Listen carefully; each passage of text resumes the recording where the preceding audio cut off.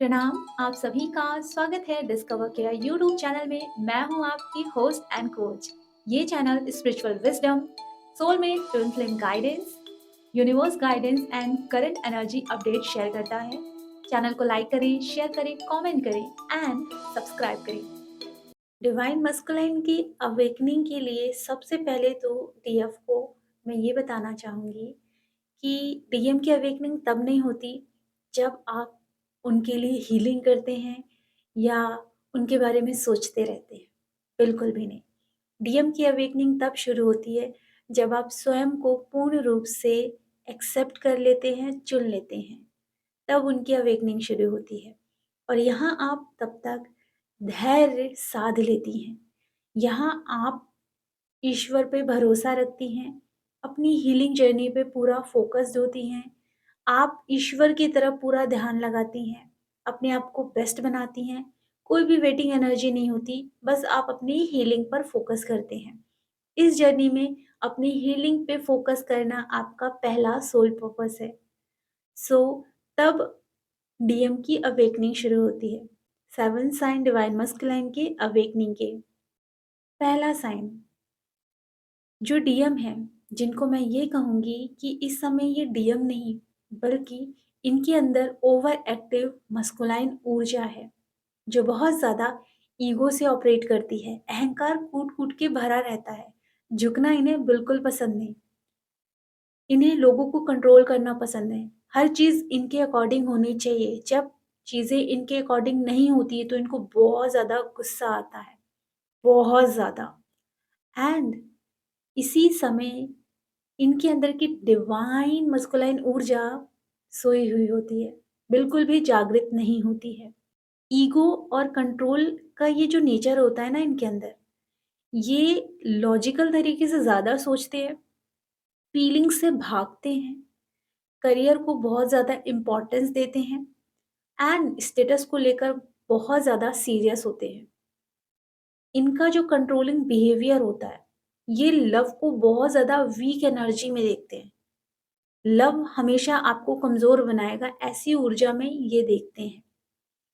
यहाँ जब मस्कुलाइन का कनेक्शन डीएफ के साथ होता है, लेकिन डीएफ को भी ये एक्सेप्ट नहीं करते हैं। ये डीएफ से भागते हैं, जिसे हम बोलेंगे रनर चेज़र डायनामिक, वहाँ डीएम इनसे भागते हैं। अब शुरू होता है सेकंड स्टेज। इनकी लाइफ में ना इनको झटका लगता है।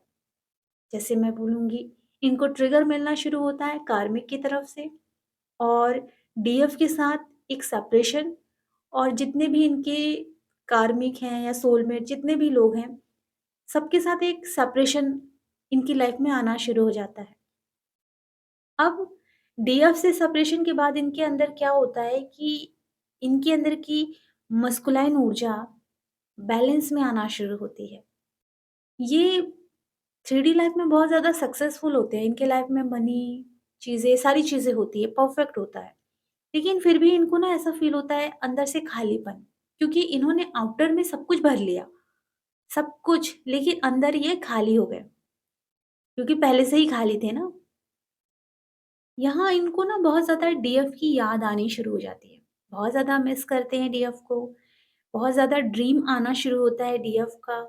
डीएम को ना बहुत ज़्यादा सिंक्रोनिसिटी होती है और इनको डीएफ की एनर्जी रिसीव होती है, फ़ील करते हैं कि इनके अराउंड डीएफ की ऊर्जा है, उनका नाम सुनाई देता है, उनसे रिलेटेड सॉन्ग सुनाई देते हैं इन्हें, एंड इनको बहुत ज़्यादा गुस्सा आता है और इनके अंदर ऐसा होता है, डिनायल एनर्जी में रहते हैं और ये अपने आप को डिस्ट्रैक्ट करने पे फ़ोकस करते हैं, क्योंकि ये बहुत ज़्यादा इनकी जर्नी में शुरू होता है। यही वो जगह होती है जहाँ से इनकी अवेकनिंग शुरू होती है। लेकिन जो डीएम होते हैं वो इसे समझ नहीं पाते। सो अब आता है थर्ड फेज़, जिसको मैं बोलूँगी dark night of the soul.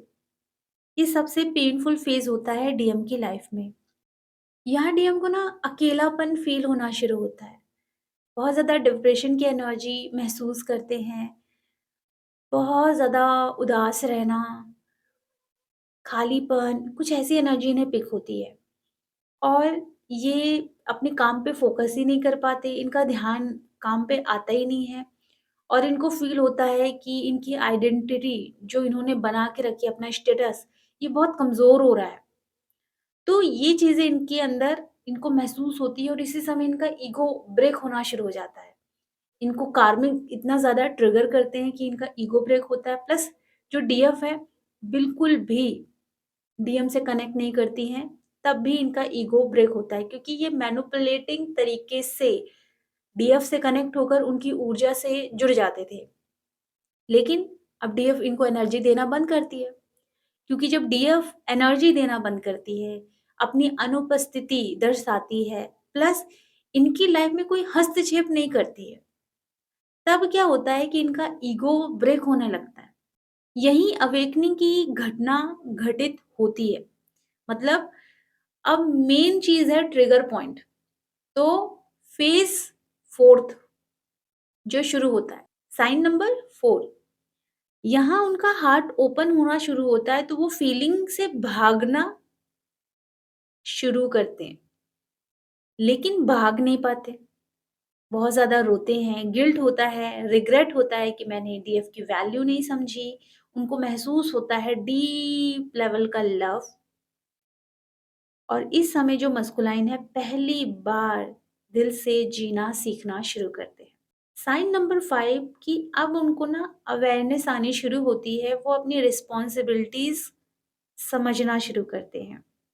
अपनी गलतियों को स्वीकार करना शुरू करते हैं। जो भी उनकी लाइफ में स्पिरिचुअल चीज़ें डिवाइन भेज रहे हैं वीडियो के माध्यम से, इमेज के माध्यम से, गीता, मेडिटेशन, हीलिंग, ये सब की वो शुरुआत करना शुरू करते हैं। अब वो ब्लेमिंग गेम बंद करना शुरू करते हैं। अपनी गलतियों को एक्सेप्ट करते हैं। क्योंकि आप सभी को पता है कि जो डीएम है झुकना पसंद नहीं करते थे। ईगो इतना ज़्यादा उनका हावी होता था कि वो हमेशा ये सोचते थे मैं सही हूँ। वो कभी किसी से सॉरी नहीं बोलते थे। तो इस चीज़ को समझें कि वो ब्लेम करने में एक्सपर्ट थे, अब वो उनका बंद होना शुरू होता है। एंड अब वो ईगोलेस होना शुरू होते हैं, मतलब जो ईगो है बहुत कम मात्रा में उनके लाइफ में रहती है। उनके अंदर की डिवाइन मस्कुलाइन एनर्जी एक्टिवेट होती है, जिसको मैं बोलूँगी ये अवेयरनेस की वजह से शुरू होता है। सो साइन नंबर 6, अब वो बैलेंस में आना शुरू होते हैं, उनके अंदर की टीएफ और डीएम ऊर्जा दोनों बैलेंस में आती है। अब ये स्ट्रॉन्ग भी होते हैं लेकिन थोड़ा सेंसिटिव होते हैं, अपने इमोशन को व्यक्त करते हैं। बहुत ज़्यादा प्रोटेक्टिव होते हैं लेकिन पॉसेसिव नहीं होते हैं। एंड धीरे-धीरे ये लीडरशिप की क्वालिटी को अपने जीवन में रखते हैं लेकिन डोमिनेटिंग एनर्जी में नहीं होते हैं। ये बहुत विश्वास करते हैं, ग्राउंडेड होते हैं और वर्तमान में जीना पसंद करते हैं। साइन नंबर 7, अवेकनिंग के टाइम में इनको बहुत सारे ऐसे साइन रिसीव होते हैं, जैसे फॉर एग्ज़ाम्पल अचानक से डीएफ की याद आना, उनसे रिलेटेड बहुत सारे सपने, उनकी यादें जो भी है सब दिखाई देना शुरू होता है उन्हें। उनको एंजल नंबर शुरू हो जाते हैं दिखाई देना, जैसे 1111, 222 ऐसे एंजल नंबर उनको दिखाई देना शुरू हो जाते हैं। एंड उनको बहुत ज़्यादा हार्ट में हैवीनेस महसूस होती है बिना किसी कारण के और कभी-कभी उनको ऐसा फ़ील होता है कि मैं जो काम कर रहा हूँ, ये बिल्कुल मीनिंगलेस है, ऐसा फ़ील होता है। जैसे सबको होता था ना डीएफ कि क्या करूँगा मैं काम करके या क्या करूँगी काम करके, ऐसा फ़ील होता था ना? क्योंकि जब आप अवेकनिंग की जर्नी में रहते हो ना, तो बिल्कुल ऐसा लगता है कि बस आप हीलिंग ही करो, आप कोई 3D वर्क ना करो, कुछ ऐसी एनर्जी पिक होती है, ओके? इस समय जो डीएम है, इनको पूरा ऐसा फ़ील होता है, इनकी लाइफ़ पूरी तरीके से चेंज हो रही है और इनको ना दिल से जीने की इच्छा शुरू हो जाती है। यहाँ मैं आप लोगों को बताना चाहूँगी कि जो डीएम होते हैं, इनकी अवेकनिंग कोई फ़ोर्सफुली नहीं होती है और बहुत जल्दी नहीं होती है। बस जल्दी तभी होगी जब डीएफ खुद को चुन लेगी और खुद को जल्दी से पावरफुल बनाकर स्ट्रॉन्ग हो जाएगी, बैलेंस में आ जाएगी और अपने ईश्वर की तरफ पूरा फ़ोकस हो जाएगी। आप उनकी लाइफ़ में एंट्री करके उनको डिस्टर्ब करना या उनसे बात करना ये सब करना बंद करोगी डीएफ। और दूसरा है, अपनी मौजूदगी दिखाना बंद करोगी, मतलब टोटल उनसे सेपरेट रहोगी, तब उनकी अवेकनिंग ट्रिगर होगी। पर थर्ड पॉइंट ये है कि ये करने के बाद आपका पूरा फ़ोकस अपनी तरफ होना चाहिए, वरना वापस से आप उनसे कनेक्ट कर जाओगे, क्योंकि हीलिंग नहीं करोगे तो एनर्जी खींचेगी, उनकी एनर्जी खींचेगी और आप कनेक्ट कर जाओगे। उनकी एनर्जी खींचे भी, लेकिन आप उनकी तरफ ना जाओ, उसके लिए करना पड़ता है इनर वर्क। और इनर वर्क आपको बैलेंस करता है, इनर वर्क आपको आपसे कनेक्ट करता है। और ये यात्रा है आत्म प्रेम की। जब तक आप आत्म प्रेम नहीं सीखेंगे, अपने सेल्फ वर्थ को नहीं समझेंगे, स्वयं को नहीं समझेंगे, अपने अंदर के डीएम डीएफ को बैलेंस नहीं करेंगे, तब तक आप ये एक्सपेक्ट नहीं कर सकती कि उनकी अवेकनिंग शुरू हो। उनकी अवेकनिंग धीरे-धीरे होगी, जैसे आपकी धीरे-धीरे हुई, वैसे उनकी भी धीरे-धीरे होगी। लेकिन उनकी लाइफ में उनको एनर्जी देना बंद करना पड़ेगा और उनकी लाइफ में एंट्री करना बंद करना पड़ेगा। तभी ये पॉसिबल है। और अपने आप को जब आप चुन लेंगी, अपने आप को बैलेंस कर लेंगी, तब उनकी अवेकनिंग ट्रिगर होनी शुरू हो जाएगी। तो ये 7 साइन थे डीएम की अवेकनिंग के। सो अपना ख़्याल रखें, खुश रहें, गॉड ब्लेस यू।